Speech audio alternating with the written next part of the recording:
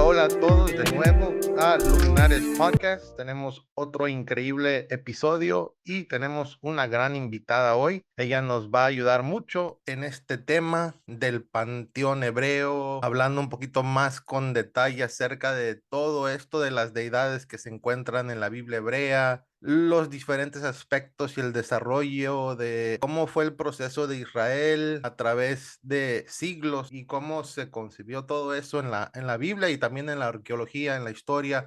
Es algo muy interesante que vamos a platicar hoy y tenemos una increíble invitada, muchas la conocen ya de YouTube, de su canal, que es un canal increíble que ella habla a profundidad y con más detalle de estos temas. Y pues yo la conocí primero en TikTok y ya luego fui a ver su canal de YouTube que está increíble. Carla, gracias por estar aquí con nosotros. Hola, Misa, muchas gracias por invitarme. Sí, Carla, si nos puedes comentar quién es Carla. Algunas personas, como comenté, quizás no te conozcan mucho, la mayoría sí, la mayoría va a saber quién eres, qué haces, tu canal. Tengo un canal de YouTube dedicado a la divulgación de la historia antigua. El canal se llama Investigando la Historia y es un canal que se formó hace como 3 años más o menos, porque anteriormente tuve otro canal de YouTube, pero se llamaba Tetelestai. Era en mis tiempos de cristiana. El canal Investigando la Historia fue como el inicio de esta salida de la religión para comenzar a estudiar más a fondo la historia antigua. Y así partió Investigando la Historia,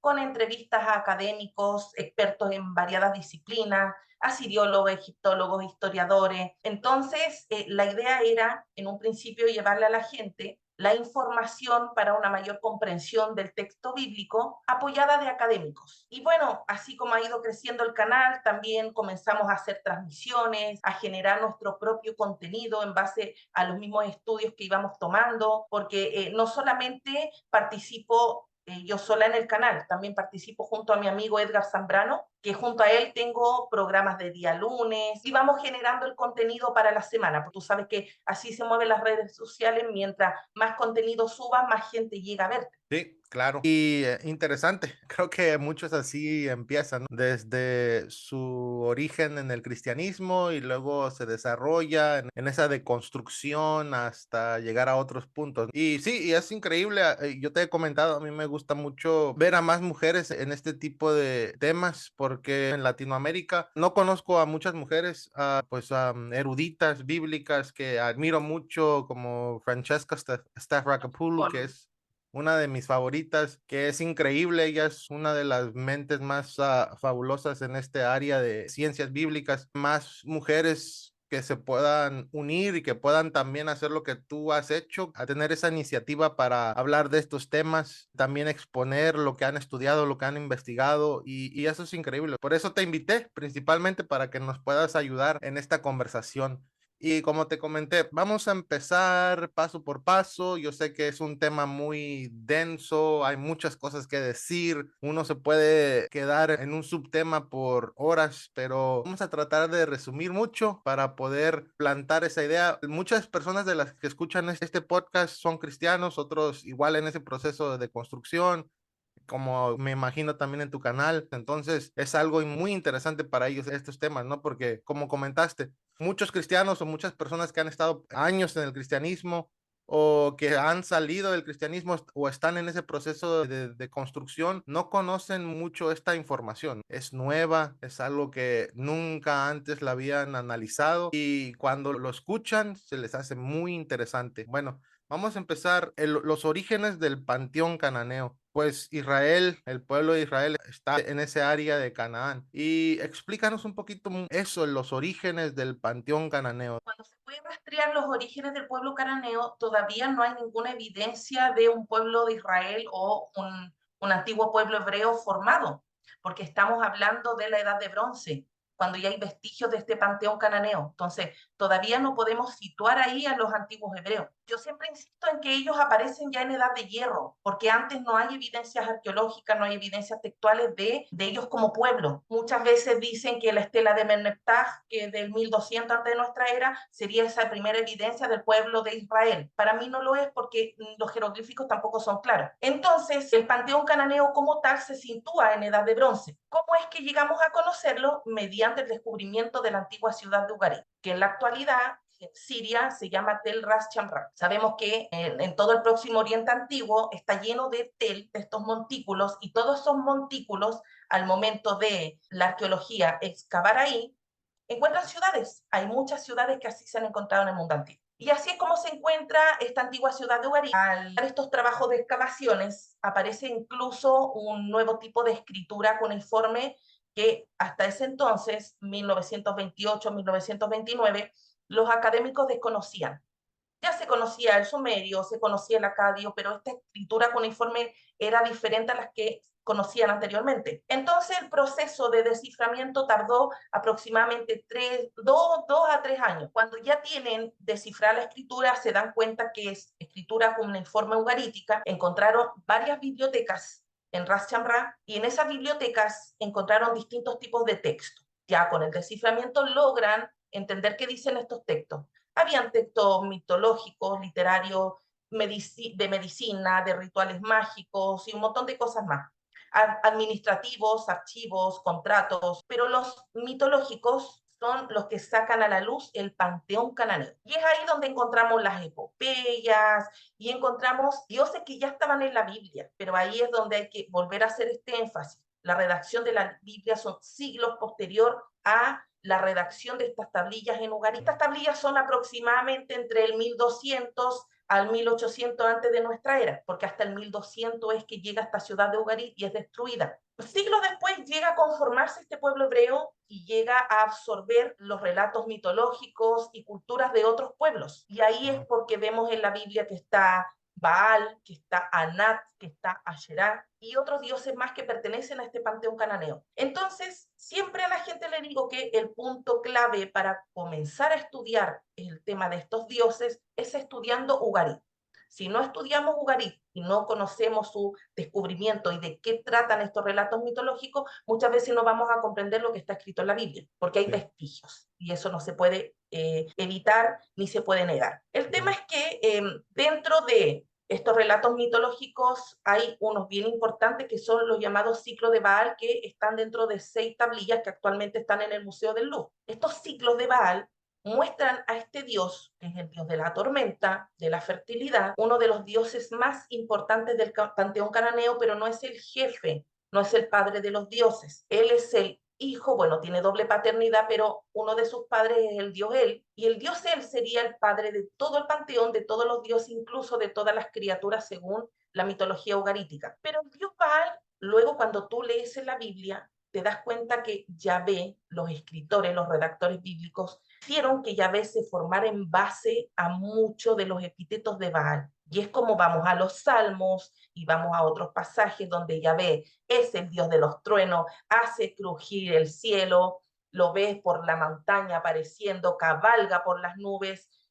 Cuando el cristiano lee literatura mitológica ugarítica, va a darse cuenta que esos epítetos que le entregan a Yahvé siglos posteriormente pertenecían a Baal, que el dios principal y más importante para los antiguos hebreos fue Baal. Y es ahí esta lucha de los redactores bíblicos por intentar pasar a Baal de un dios aclamado, un dios adorado, respetado, a este dios negativo que lucha contra Yahvé y que es enemigo de Yahvé. Wow.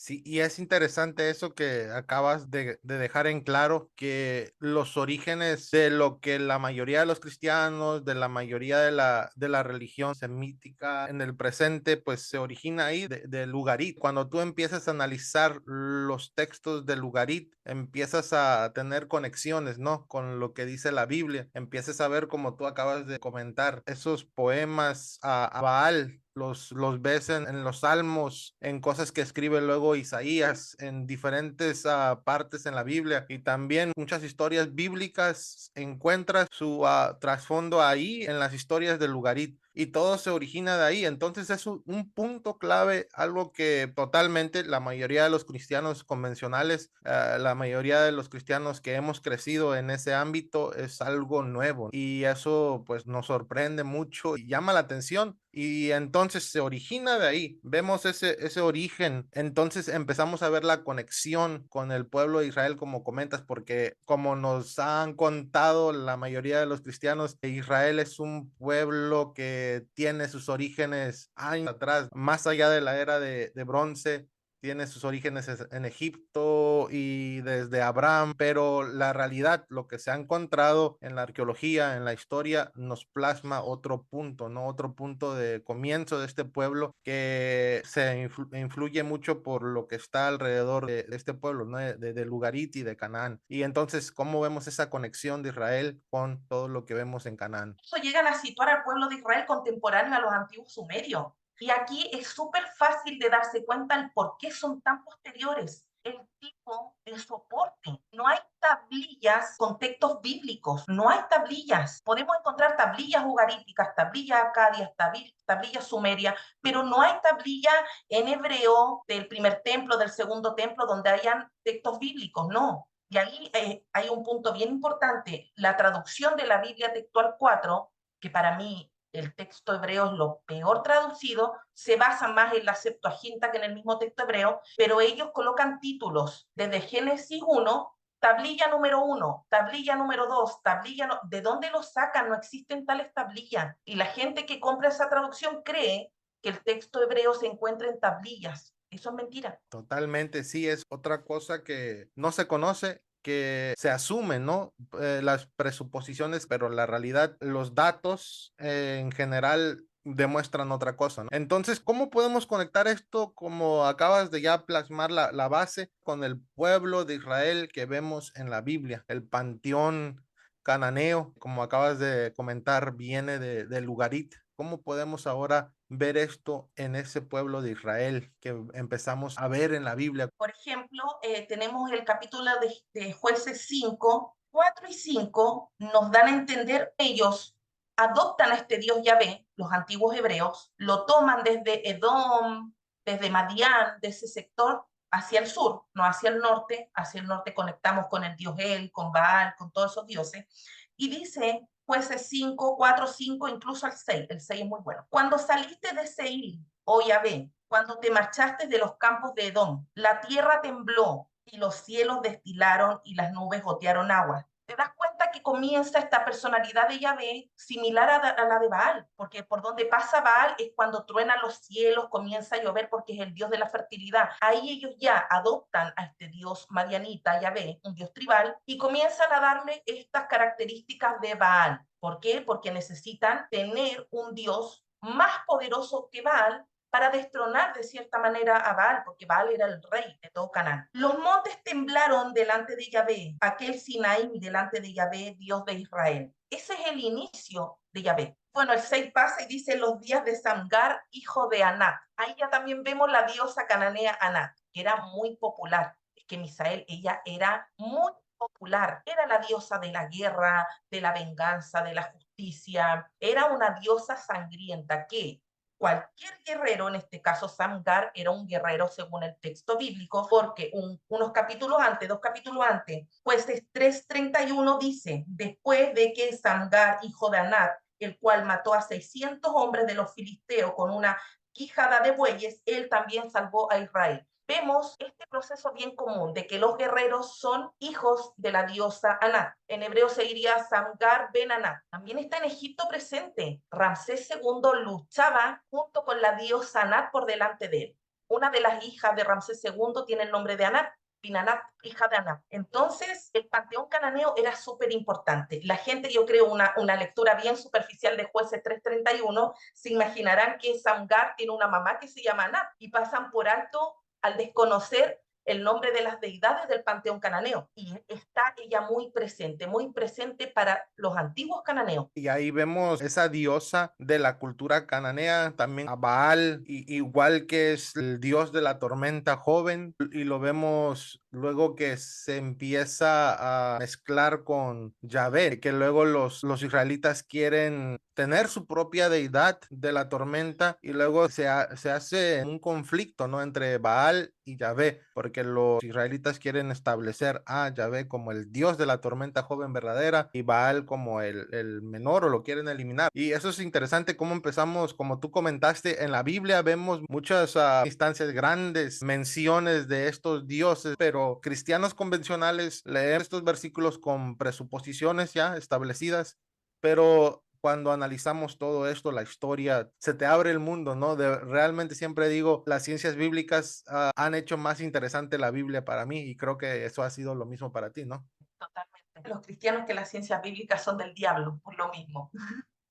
Porque de verdad que se ha hecho interesante, mediante la ciencia bíblica se abren otros horizontes en cuanto al estudio, porque mi base fue la ciencia bíblica, una vez que salgo del cristianismo, pero ya después de eso también encontré que yo sentía un gusto por el estudio de las lenguas antiguas. Entonces, saliendo un poco de la ciencia bíblica, comienzo a estudiar otras lenguas antiguas, el arameo, comienzo a estudiar el egipcio medio para poder ver los jeroglíficos, ya que tanto se menciona Egipto en la Biblia hebrea, yo también quiero ver los documentos y poder leerlos del antiguo Sí. Egipto, o sea, dónde es que hubo un pueblo hebreo en el antiguo Egipto y fue esclavizado. No hay nada, no hay ningún rastro de ellos como esclavos en el antiguo Egipto.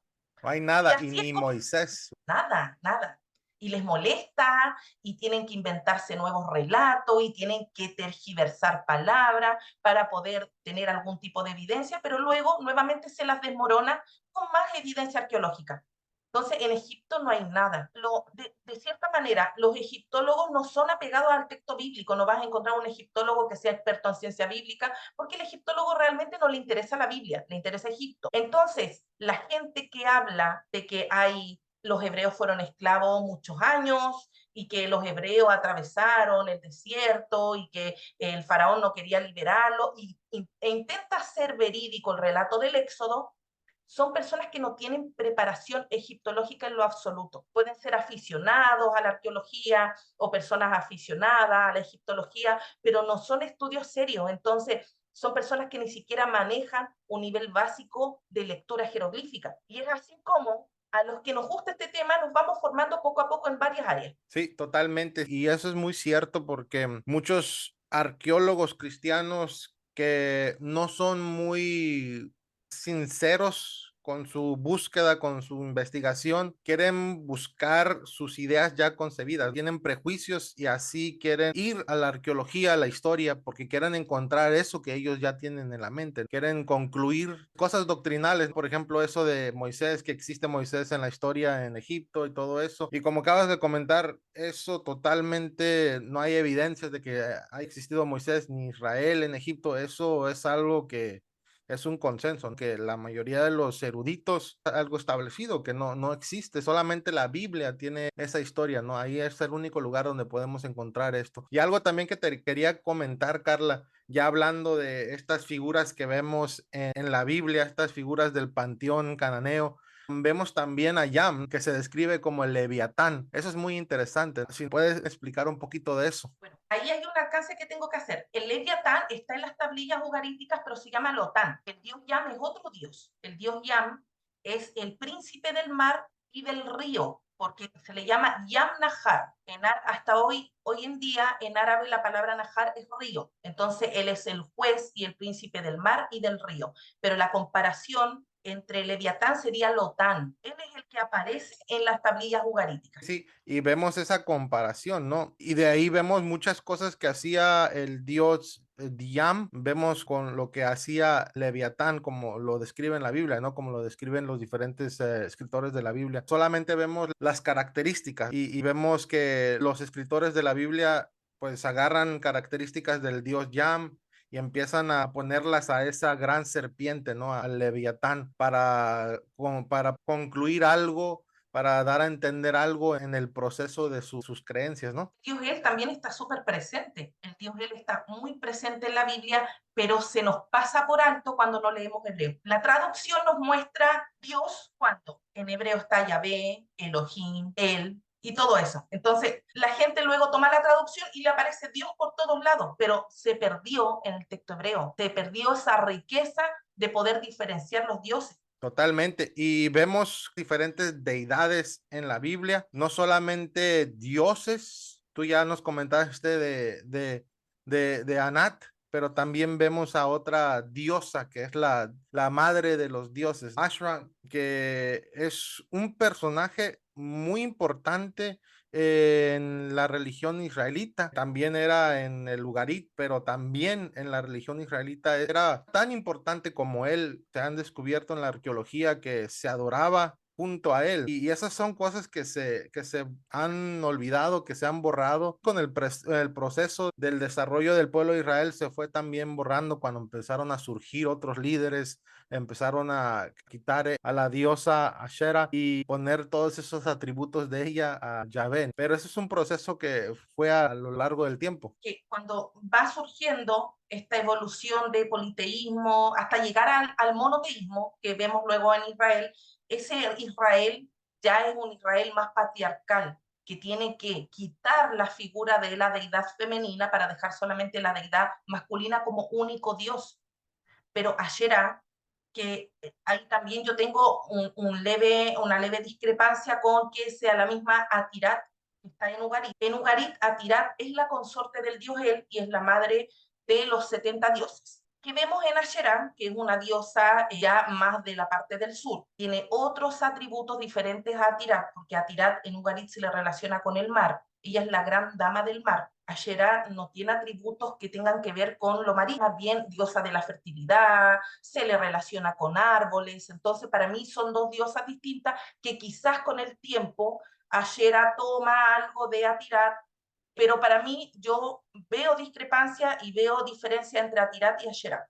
El tema es que Sí. en la Biblia Asherah es la consorte de Yahvé. ¿Y por qué es la consorte de Yahvé? Porque también así la arqueología lo demuestra. Hirbet el Com, Tilet Ahrud, se puede ver en esos soportes donde Yahvé tenía su Asherah, su consorte, su pareja, y que también dentro del cristianismo causa mucho revuelo porque ellos no están acostumbrados o no han sido enseñados que en el mundo antiguo era muy común que las deidades fuesen parejas, el dios con la diosa, eso se ve por todo el mundo antiguo. Luego, los antiguos hebreos necesitan desmarcarse y generar su religión monoteísta y cómo dejando un único Dios solo, sin compañía, sin necesidad de su pareja. Pero en el mundo antiguo las diosas eran fundamentales. Las diosas incluso tenían más protagonismo que el mismo Dios. Ocurre en Egipto, ocurre en el panteón sumerio. Tenemos Inanna. Inanna era la consorte de Dumuzi. Inanna era más popular que Dumuzi. Y así cuando cambia el panteón acadio, que es Ishtar y Tamuz. Ishtar sigue siendo más popular que Tamuz. Entonces, vemos la presencia de deidades femeninas mucho más populares que deidades masculinas, por todos los atributos en general que tiene la mujer. Pero los antiguos hebreos luego quieren erradicar todo eso, sacar a la mujer del mapa, la deidad femenina del mapa y comenzar a entregar este discurso de condenación por estar adorando a una mujer. Vemos lo que sale luego en Jeremías, que por estar adorando a la reina de los cielos, porque le servían comida, le vestían, le tejían sus trajes, llegó esta condenación de parte de Yahvé para culpar a la gente que finalmente la deidad femenina tiene la culpa de los desastres de los antiguos hebreos. Y eso es algo interesante que en la antigua religión la mujer era demasiado importante. Esas diosas tenían un rol muy importante en la religión y eran adoradas. Me acuerdo mucho del libro de Francesca Stavrakopoulou de la anatomía de Dios, que ella plasma básicamente que muchos queremos poner a los dioses lejos, como que no tiene nada que ver con la humanidad, pero los dioses son totalmente como los humanos, porque los humanos solamente plasman lo que ellos son. Los humanos se casaban, tenían mujeres, tenían hijos, tenían una anatomía. Entonces eso vemos también en los dioses, tenían partes femeninas y masculinas y todo eso lo vemos plasmado en esos dioses, como comentaste a Cera, pues Algo que se ven muchas en las estatuillas es que sus senos, ¿no? Que era algo muy importante, que ella era la madre de los dioses y vemos estas partes plasmadas en los dioses. Entonces, los antiguos imaginaban a los dioses tal y como ellos son y con atributos que ellos tenían. Y esto es algo muy interesante porque eso es lo que vemos en estos dioses. Y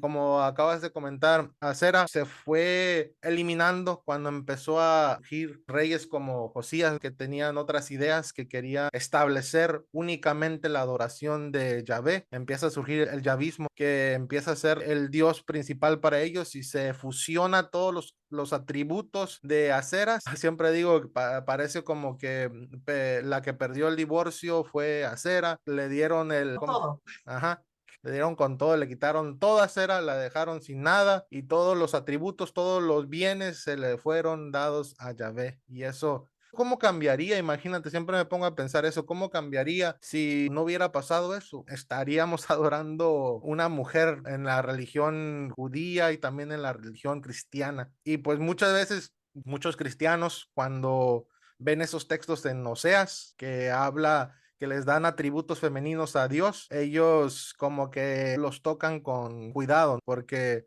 no, es que solamente sí le da ese toque de femenino, pero no quiere decir que es femenino, pero son referencias a la diosa Acera, pero pues con el cambio todo fue diferente, ¿no? Por ejemplo, vemos Génesis 1:26, cuando dice, hagamos al hombre. Ahí hay un montón de teoría en torno a ese versículo. Dios, según los cristianos, la Trinidad. Dios Padre, Hijo, Espíritu Santo, conversando mientras hacen la humanidad. Dios hablándole a los ángeles. Para mí lo más lógico es hagamos, es la pareja de dioses. ¿Cómo es que se conciben? Un hombre y una mujer conciben, la mujer da luz y ante ese acto sexual. Para los antiguos era súper común que las deidades tuviesen relaciones sexuales. Te pones a leer los relatos de Inanna y Dumuzi, es como leer Cantar de los Cantares. Sexualidad, erotismo. Entonces los antiguos no tenían problemas con este tema de la sexualidad entre dioses. Entonces para mí, hagamos al hombre a nuestra imagen y semejanza, es Yahvé y Ashera para los antiguos hebreos, pero luego eso tiene que salir de ahí, quitar a la diosa, como bien dijiste, quedó sin nada, y hoy tenemos interpretaciones. Entonces, para los cristianos no es que hagamos la Trinidad, es Dios hablando con su Hijo Jesús y con el Espíritu Santo. Y estos pasajes difíciles de comprender tienen de repente desde el lado del cristianismo pésimas interpretaciones, pésimas, y confunden a la gente. Totalmente. Sí, y es un personaje muy importante. La arqueología lo respalda totalmente, que se adoraba y el proceso de su eliminación. Y hubo una propaganda para hacerla algo malo que no se tenía que hacer en Israel. Básicamente, como decimos hoy en día, se satanizó, ¿no? La adoración a Cera se estableció como algo que no debería de hacerse, que el único digno de adoración era Yahvé. Y muchas veces pensamos como cristianos convencionales que la Biblia tiene un desarrollo desde años atrás que se fue escribiendo y que esa historia ha sido una línea de oro, pero no, sino muchos de esos escritos en el periodo exílico pues se fueron escribiendo y añadiendo del Génesis y de las historias de Moisés. Y por eso vemos cosas muy extrañas en Éxodos, en Deuteronomio, que se contradicen porque los escritores fueron cambiando ciertas cosas, porque los que tenían esos escritos era la élite, los de arriba, los líderes eran los que estaban escribiendo la historia y lo que se tenía que hacer en la religión hebrea y lo que hoy tenemos en la Biblia. No fue el pueblo, como decimos aquí en México, la plebe, sino fue más que nada los de arriba, los reyes que tenían control de la narrativa. Y por eso vemos que se fue borrando estos personajes y eso es el desarrollo de las deidades a lo que hoy es, como tú comentaste, ese politeísmo, si podemos usar esa etiqueta que en sí no sirve mucho porque es una etiqueta muy moderna, se plasmaba en Israel a lo que luego fue desarrollándose a una adoración exclusiva a Yahvé, no que solamente ellos pensaban que el único Dios era Yahvé, sino que era una adoración exclusiva a Yahvé, cuando tenían en mente que existían otras deidades alrededor. Y eso fue pues, lo que se fue desarrollando hasta el cristianismo en la actualidad, que totalmente sí, se puede llamar monoteísta, que ya se cree solamente en un Dios monoteísta, porque igual es extraño las ideas y los dogmas que se han establecido en el cristianismo para poder callar esas voces de politeísmo que gritan en la Biblia, ¿no? Podemos ver, por ejemplo, Segunda de Reyes, capítulo 21, cuando hace referencia al reinado de Manasés, que dice, e hizo lo malo ante los ojos de Yahvé, según las abominaciones de las naciones que Yahvé había echado de delante de los hijos de Israel, porque volvió a edificar los lugares altos que Ezequías su padre había derribado, y levantó altares a Baal, hizo una imagen de Asherán, como había hecho Ahab, rey de Israel, y adoró a todo el ejército de los cielos y rindió culto a aquellas cosas. ¿Qué era el ejército de los cielos? Nosotros ya podemos como tener luz de qué era el ejército de los cielos mediante el descubrimiento de Ugarit, porque en el panteón cananeo está el dios del sol, está el dios de la luna. Bueno, aquí hay un alcance que en Ugarit, a diferencia de otros pueblos del mundo antiguo, el sol tiene una diosa, porque si vemos, por ejemplo, los antiguos sumerios tenían a Utu. Utu era el dios sol. Pasa a los acadios babilonios como Shamash, dios sol, el que vemos en la estela de Hammurabi. Hammurabi tiene el dios sol, que al mismo tiempo es el dios de justicia, y es por eso que le entrega las leyes a Hammurabi. Pero en Ugarit, la diosa luna es Shapash. Entonces, para mí es súper importante eso, porque es la deidad que vemos dentro de esa misma región que hace su diferencia con los otros dioses. Así que, ¿qué es lo que pasa con Manasés y con Ahab y los otros anteriormente? Que adoran a este ejército. Y ahí tenemos el ejército completo cuando comenzamos a estudiar el panteón cananeo. El panteón cananeo tiene 12 a 15 dioses principales y tiene varios dioses menores que los vamos conociendo en torno a la mitología. Vamos leyendo uno de los libros que siempre yo recomiendo muchísimo y que ayuda mucho a aprender del panteón cananeo, es este de don Gregorio del Olmo, que es Mitos y Leyendas de Canaán. Acá está la traducción de todos los relatos mitológicos encontrados en Ugarit. Encontramos otros libros que son más extensos, donde también podemos leer lo que es ritual, lo que es administrativo, conjuros, todo eso, pero este libro es netamente mitología. Ahí están las epopeyas, leyendas y todo eso. Y aquí vamos a poder hacernos un panorama general de esta constelación de dioses, dioses también que tienen que ver con lo terrenal, con el mar, con lo agrícola, todo está ahí centrado en el panteón cananeo. Y a todos ellos se les adoraba por los Sí. Baal. Baal luego, en su intento de poder quitarlo y darle esta connotación tan negativa, hoy en día los cristianos creen que él era un demonio y dicen que es un demonio Baal, y yo he visto incluso imágenes donde, no sé, ven un ojo y dicen que es el ojo de Baal y que Baal está presente. No, en lo absoluto, Baal jamás fue un demonio. No se le hicieron sacrificios de niños. Baal no era un dios endemoniado, ni mucho menos. Era un dios adorado por los antiguos cananeos. Cada ciudad tenía su propio Baal, porque Baal simplemente significa señor. Mitología ugarítica, a Baal se le llama Baal Zebul. Zebul es príncipe. Entonces él era el príncipe Baal. Así como Yam también era príncipe, que era Yam Zebul, Baal era lo mismo. Luego, en su intento por burlarse de Baal, los escritores le añaden este Baal Zebul, lo cambian a Zebul, de príncipe lo cambian a mosca y ya pasa a ser el señor de las moscas. Y esto todo sigue siendo este intento de seguir ensuciando esta reputación de esta deidad tan popular del mundo antiguo. Eso también, como comentamos hace ratito, surge de ese conflicto entre Baal y Yahvé, ¿no? Y eso era muy normal en ese tiempo, que las deidades peleaban y querían establecerse y hacían ridículo de otra deidad y lo escribían para poder establecer como su deidad. Y eso lo vemos muy común en el mundo antiguo, ¿no? Vemos mucho eso. Cada nación tenía su deidad patrona y para establecerla tenían que ridiculizar a la otra. Y eso es lo que vemos ahí con Baal, ¿no? Que como tú comentaste al principio, tenía mucho que ver, era muy semejante a Yahvé y por eso tenían este gran pleito entre las dos deidades, porque querían establecerse como la verdadera deidad, tormenta joven. Y entonces esto que se escribe en la Biblia hebrea, pues es algo normal de esa época, pero creo que luego los cristianos, como tú comentaste, lo empiezan a satanizar, a convertirlo como un demonio y usan esas narrativas que están ahí en la Biblia hebrea para poder, pues, a fortalecer esa retórica. Era súper común los relatos mitológicos, las luchas entre dioses. Baal pelea contra Yam, Baal pelea contra el dios Mot.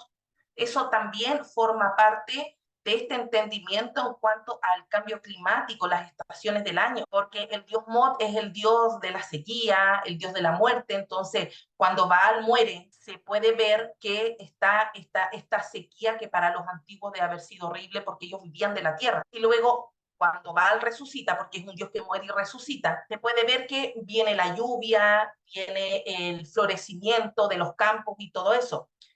Los escritos del Nuevo Testamento, cuando se burlan de que echa demonio en nombre de Baal Zebú, también podemos ver ahí dónde queda este monoteísmo, que se sigue teniendo esta concepción de creencia de Baal. Baal sigue presente en el Nuevo Testamento. Entonces, monoteísmo entre comillas, porque siguen habiendo más dioses. Entonces todavía no han sido todos sacados del mapa, no está solamente el Dios Padre de Jesús, todavía está Baal presente en la mente de esa gente. Y eso es algo también muy interesante, que no solamente en el Antiguo Testamento, la Biblia hebrea se ve ese politeísmo, sino se sigue viendo en el periodo intertestamental, pues todavía existía eso, y en el Nuevo Testamento sigue existiendo eso totalmente, como tú comentas, en muchas cosas que se escriben en el Nuevo Testamento vemos las referencias de esos dioses que se siguen reconociendo, que se siguen entendiendo como dioses que están ahí y que su dios de ellos está luchando contra esos dioses, ¿no? Y luego también vemos el surgimiento de Satán como un dios también, ¿no? Que también tiene un gran pleito contra su deidad principal de ellos, que igual es un desarrollo, no es que así fue, sino ya ellos lo empiezan a concebir así. Y también con los dioses que empiezan a notar de las otras naciones, de los griegos, ellos también empiezan a tener un pleito contra esos dioses. Esa era la mentalidad de ese tiempo, y cuando el lector de la Biblia del siglo XXI lee la Biblia, tiene ya ideas preconcebidas acerca de estas cosas, y entiende la Biblia como que siempre ha existido un Dios en la mente de los hebreos, y luego en el Nuevo Testamento de la misma forma, que solamente es un Dios y que nunca han existido otros, pero vemos este abanico de deidades que son muy interesantes y que surgen y que se mencionan, y que los autores de la Biblia lo dicen, y dicen su pleito que tienen contra su Dios.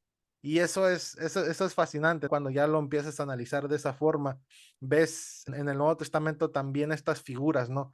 Estos personajes, como tú acabas de comentar. Igual que el tema de la crítica textual. El cristiano promedio que aprende de la Biblia en base a lo que escucha el día domingo, el sermón religioso por parte de su pastor, el pastor tiene nula preparación en estos temas. No hay preparación en estos temas y es por eso que los cristianos derrochan tanta ignorancia a través de las redes sociales, sin ofender claramente. Pero Un cuando poquito, estudias crítica un poquito de textual, ofensa. perdón, cuando estudias crítica textual y ves manuscritos, te das cuenta cómo estos escritores tachaban, colocaban al lado, corregían faltas de ortografía en un texto que hoy en día los cristianos creen que es totalmente sagrado e inspirado por Dios. Algo que es sagrado e inspirado por Dios no lo altera el hombre. Y vemos muchos manuscritos muy alterados, maquillados, borrados, quitan, sacan, le hacen de todo. Entonces, el día que el cristiano tenga este acceso a ver de manera online estos manuscritos, se va a horrorizar, porque sí están adulterados. De repente al escritor que sigue no le gusta una palabra que se está usando por parte del escritor anterior, simplemente lo tacha y al lado lo modifica. ¿Estamos hablando de un texto sagrado, inspirado por Dios? No, en lo absoluto. Sí, seguía pues editando los manuscritos que tenían, o sea, eso se entiende muy bien, y los eruditos, los que analizan los textos, se dan cuenta de eso, se dan cuenta que aquí dice algo, pero aquí es totalmente diferente. Entonces, esto quiere decir que esta persona en este periodo de tiempo editó este manuscrito para cambiar la retórica. Entonces, eso se ve mucho en el Antiguo Testamento, se ve en diferentes partes. Por ejemplo, en Deuteronomio cuando se habla acerca de que el león dio a las naciones. 8, Ah, ¿cuál es? 32:8. 38. Sí, exactamente, sí, cada nación tenía su deidad patrona y Reparte. la reparte y les da su heredad y una de ellas fue Yahvé, que le pertenecía a Israel y todas estas cosas se ven que son ediciones, se ven que son cambios que se les hace al texto porque originalmente tenían otra retórica, tenían otra meta y ya luego en tiempos posteriores ya no les servía esa meta y querían cambiarla para que dijera lo que ellos pensaban en ese momento. Y eso es la realidad de los textos bíblicos y se ve desde el Antiguo Testamento hasta el Nuevo Testamento. Esa es la estructura y eso se hacía de manera general en el mundo antiguo y era parte, hasta hoy en día hacemos eso en las religiones, o sea, esas cosas que se cambian porque queremos establecer algo, se sigue haciendo hasta el momento. El cristianismo que hoy se tiene es una evolución, un cambio de diferentes cosas a hacer lo que hoy es, ¿no? En el Antiguo Egipto sucedía harto. Los textos, por ejemplo, textos de las pirámides, donde eran relatos mitológicos, lo ves en una tumba de una manera y luego en otra tumba son los personajes principales otros dioses. Y no pasa nada. Nadie se alteraba. Incluso el tema de cosmogonías, diferentes cosmogonías dependiendo del sector del Antiguo Egipto. Las regiones tenían su propia deidad patrona y su propio relato de la creación. Entonces, aquí lo que pasa es esta falta de educación, de comprender primeramente que los textos en la Biblia, lo que leemos en la Biblia, no está escrito para nosotros ni para este tiempo. Es la cosmovisión netamente de gente de la antigüedad. Y si no estudiamos el mundo antiguo, no vamos a entender el por qué leemos lo que leemos en la Biblia. Eso es la clave, ¿no? Que todo lo que se escribe no fue hecho para nosotros principalmente, sino estaba establecido para ese momento, para las metas y las agendas políticas que se tenían en Claro. ese tiempo. Y eso es la realidad, o sea, hay que entender eso. Y sí, esto es algo muy interesante, Carla.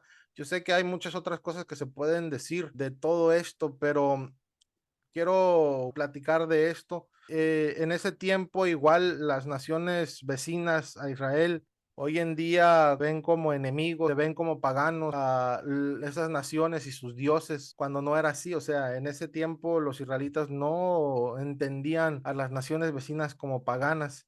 No existían esos términos así, esas ideas como tal, como hoy en día, por ejemplo, a muchas ocasiones que pones un video en YouTube o en TikTok y los cristianos te dicen, no, es que esos pueblos adoraban dioses paganos y no era el Dios verdadero de Israel. Pero cuando alguien dice eso es mucha ignorancia porque en ese tiempo esos dioses eran los mismos dioses de Israel, no tenían nada de pagano, no, en Israel no había una deidad establecida como tal que solamente adoraban en general, sino el pueblo en general tenían muchas deidades y adoraban las deidades vecinas de Canaán, pero como comentamos en muchas ocasiones, los líderes tenían una agenda religiosa y una agenda política que querían establecer una deidad como exclusiva y ellos intentaban, escribían en sus textos diferentes cosas para establecer y para exaltar esa deidad, pero en general en el pueblo las cosas que se escribían no se practicaban como tal, sino solamente eran cosas que ellos decían lo que su ideal que esos líderes querían establecer, pero en el pueblo, en la práctica cotidiana, eso no era una realidad. Fíjate, Misael, la falta del sentido común de esta gente que tiene esta lectura superficial. Critica que los pueblos aledaños a los antiguos hebreos eran paganos, idólatras que tenían otros dioses. Pero ellos no analizan ni critican que Éxodo de los mandamientos Dios prohíbe asesinar, prohíbe matar. Sin embargo, más adelante vemos cuando dice, ve a tal pueblo, mata a niños, niñas, lactantes, mujeres, hombres, ganado, animales, todo lo que pilles, asesina todo y quédate con la tierra. No dicen nada, no lo Ujú. cuestionan, no se dan cuenta de que el escritor le está otorgando un carácter vengativo y asesino a esta deidad Yahvé. Y ahí nos damos cuenta también el orden que no es tal cual lo leemos en la Biblia. porque los mandamientos vienen a redactarse posteriormente, independiente de que el libro está antes, Mm. en la compaginación. Sí, y eso es interesante, sí que vemos que Yahvé, él de repente tiene estas actitudes que están fuera de su carácter, ¿no?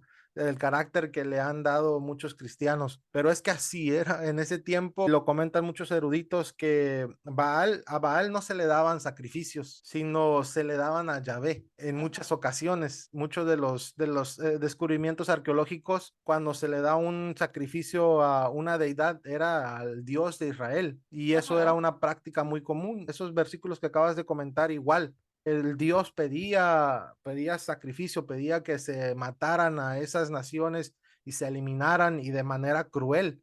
Creo que es en Salmos, ¿no? Donde dice que vayan y estrellen a los bebés a la pared cuando conquisten esas naciones. 7, creo, sí.